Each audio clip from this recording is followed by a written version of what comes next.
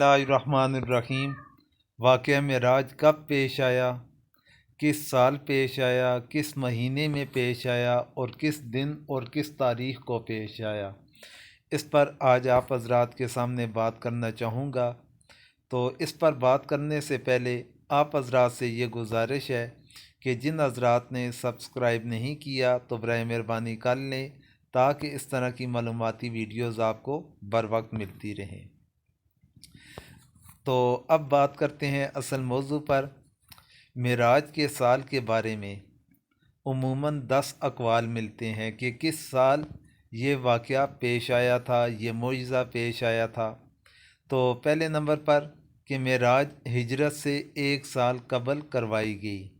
दूसरा कौल ये है मेराज हिजरत से 8 माह कबल हुई। तीसरा कौल है हिजरत से 6 महीने कबल हुई। चौथा कौल है हिजरत से 11 महीने कबल हुई। पाँचवा कौल है हिजरत से 1 साल और 2 माह कबल हुई। छठा कौल है हिजरत से 1 साल और 3 महीने कबल ये वाक़या पेश आया। सातवां कौल है हिजरत से 1 साल और 5 महीने कबल ये वाक़या पेश आया। आठवां कौल है हिजरत से 3 साल कबल का ये वाक़या है। नौवां कौल ये है कि मेराज हिजरत से 5 साल कबल पेश आया।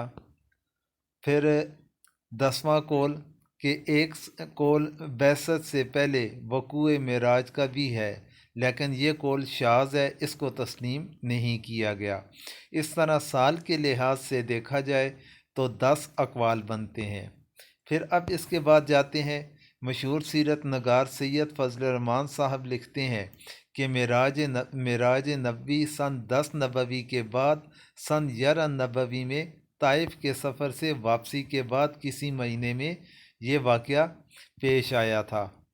अब महीने के तयन के बारे में, मुअय्यन की तयीन के बारे में, इस तरह महीने की तयीन में भी इख्तलाफ है कि वाक़या मेराज किस महीने में पेश आया।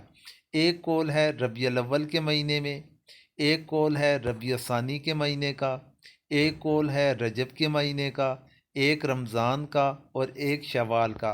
इस तरह ये 5 अक़वाल 5 महीनों के मतलब मिलते हैं।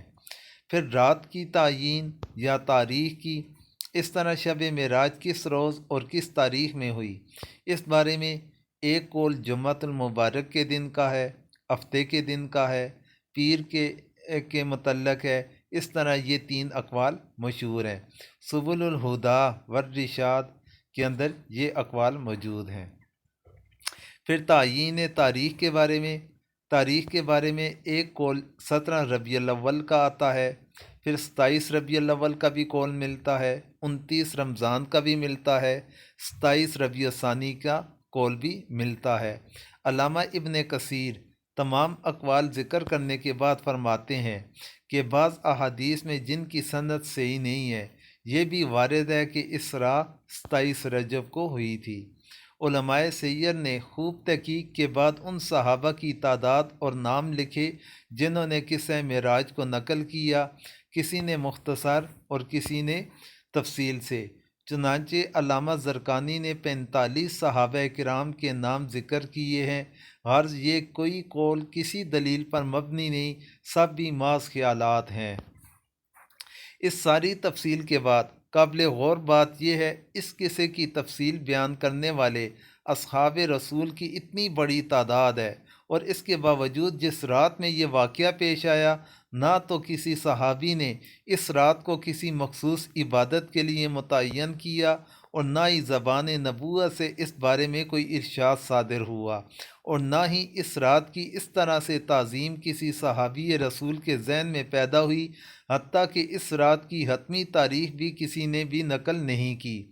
आखिर इस शब से इस कदर बेतवजी की वजह क्या है? तो इसकी वजह यह है कि इस रात या दिन से मुतल्लक़ कोई हुक्म शरी और किसी किस्म की कोई इबादत नहीं है। इसलिए ना तो हुज़ूर अकरम सल्लल्लाहु अलैहि वसल्लम ने अस खुद इसकी तरफ इशारा किया, और ना ही सहाबा किराम में से किसी ने इसके बारे में सवाल करने की ज़रूरत समझी, बल्कि इसकी तयीन को एक तरह से लग़्व करार देकर इस बारे में خاموشی اختیار کر لی گئی۔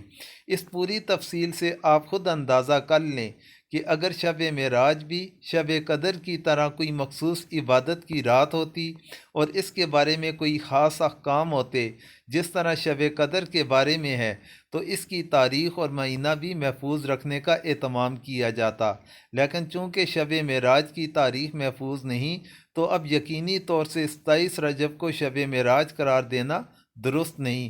اور اگر بالفرض یہ تسلیم بھی کر لیا جائے کہ آپ 27 رجب کو ہی معراج کے لیے تشریف لے گئے تھے، جس میں یہ عظیم الشان واقعہ پیش آیا اور جس میں اللہ تعالیٰ نے نبی کریم صلی اللہ علیہ وسلم کو یہ مقام قرب عطا فرمایا اور اپنی بارگاہ میں حاضری کا شرف بخشا اور امت کے لیے نمازوں کا تحفہ بھیجا، تو بے شک وہی ایک رات بڑی فضیلت والی تھی۔ کسی مسلمان کو اس کی فضیلت میں کیا شبہ ہو سکتا ہے؟ لیکن یہ فضیلت ہر سال آنے والی 27 رجب کی شب کو حاصل نہیں، جو گزر گئی اس شب کو یہ فضیلت حاصل ہو چکی ہے۔ یہ تفصیل تھی اس کے بارے میں شب معراج کے حوالے سے، تفصیل کے ساتھ آپ حضرات کے سامنے میں نے ذکر کیا۔ امید ہے کہ آپ سمجھ چکے ہوں گے اور اس پر عمل کرنے کی کوشش کریں، کیونکہ جو چیز ہمیں قرآن و سنت سے چیز ثابت ہوتی ہے اس پر اعتقاد رکھنا ہمارے لیے لازم اور ضروری ہے۔ اللہ تعالی ہم سب کو شریعت اسلامیہ پر عمل کرنے کی توفیق عطا فرمائے۔